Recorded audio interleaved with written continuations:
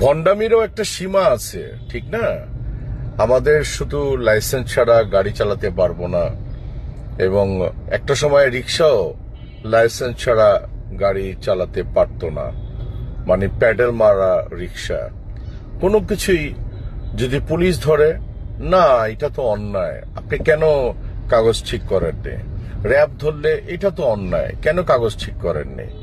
Army ধরলে I am really sorry, আপনি কেন এটা করছেন, ফাইন করে দেয়।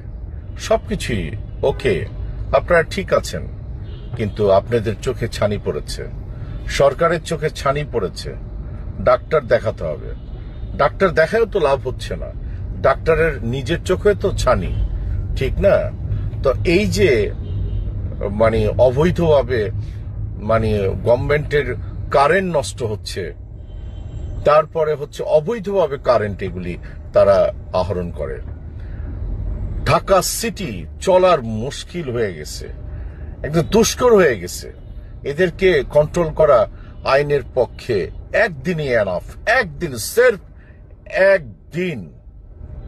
মাঝে মধ্যে ওই যে আমরা যেরকম রিল বানাই না, আমরা যেরকম টিকটক করি সবাই মিলে সমাজে, ওরকম টিকটকের মতোই হয়তো বা মাঝে মধ্যে দেখি, এদিকে ঢুকতে দিচ্ছে না, ওদিকে করতে পারছে না, নমুনা দেখাই।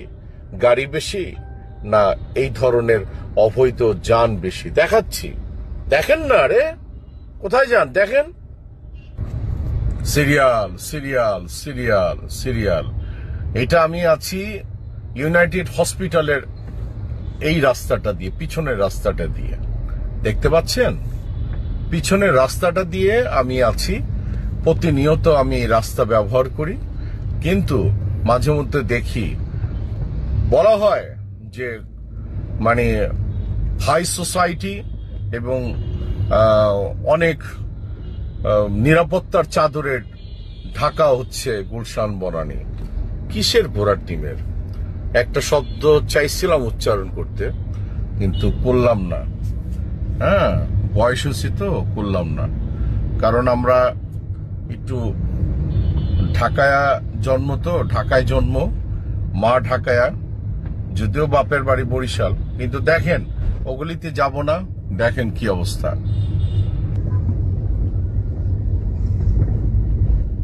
দেখেন কোন দিকে যায়, দেখেন ধরে রাখছি তো। আবার আমাদের কাগজ চান, সমাজের মানুষগুলির তো আপনারাই খারাপ বানান। আইন তো মানে ভাঙতে আপনারাই হেল্প করেন, মানে বোবা হয়ে এরকম করে আমরা করব সমাজে, ঠিক না? এই দেখেন কোথায় ঢুকে গেল, পাকিস্তান এম্বাসির পাশ দিয়ে ঢুকে গেল। কেয়ার করার কোনো দরকার নাই। ওই দেখেন হাতটা দেখাইছে, পিছনেও তাকাইলো না, চলে গেল। ডিসি সাহেব, এসপি সাহেব, ওসি সাহেব সবাই জিজ্ঞেস করবেন।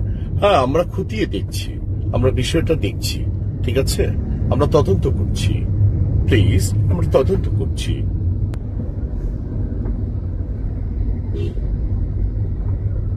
ওই দেখেন, দেখেন উল্টা ভাবে দেখাইলো, দেখেন দেখেন। যাই হোক, চলে আসলাম 2 নম্বর সিগনালে। সবার প্রতি শ্রদ্ধা, সম্মান জানাই, কাউকে ছোট করছি না, আমি ছোট হওয়ার জন্য চেষ্টা করি না, ইনশাআল্লাহ।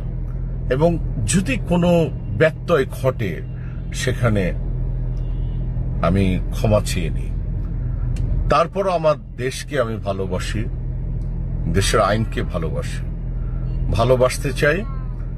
দেখেন না, লেখা আছে এখানে যে ভিক্ষুক মুক্ত গুলশান, ঠিক আছে?